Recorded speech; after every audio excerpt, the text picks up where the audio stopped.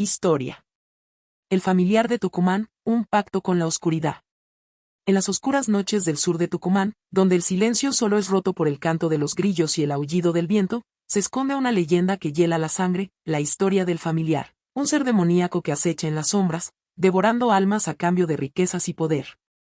Se dice que el familiar se manifiesta como un perro negro de ojos rojos, con un pelaje tan brillante como la oscuridad.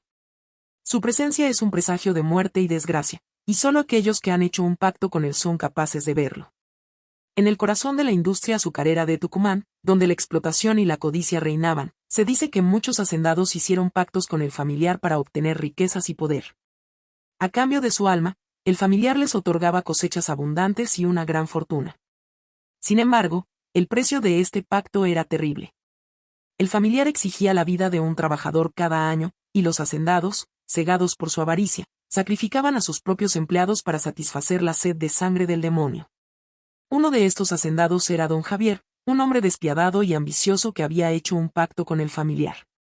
A cambio de su alma, don Javier había obtenido una de las fortunas más grandes de Tucumán, pero su corazón se había llenado de oscuridad. Un día, el turno de sacrificarse llegó para Manuel, un joven trabajador que había dedicado su vida a la hacienda. Don Javier, con el corazón lleno de remordimiento, no pudo soportar la idea de sacrificar a Manuel. Se negó a cumplir con su pacto con el familiar y trató de huir junto a Manuel. Sin embargo, el familiar los alcanzó. Sus ojos rojos brillaban en la oscuridad, y su boca se abrió en un gruñido gutural. Don Javier, lleno de terror, intentó defenderse, pero el familiar era demasiado poderoso. En un acto de horror, el familiar devoró a don Javier y luego se dirigió hacia Manuel. El joven, paralizado por el miedo, solo pudo cerrar los ojos y esperar su muerte. Pero algo inesperado sucedió. El familiar, al ver la bondad y la pureza en el corazón de Manuel, dudó. No pudo consumar su sacrificio. El familiar se retiró a las profundidades de la noche, dejando a Manuel con vida.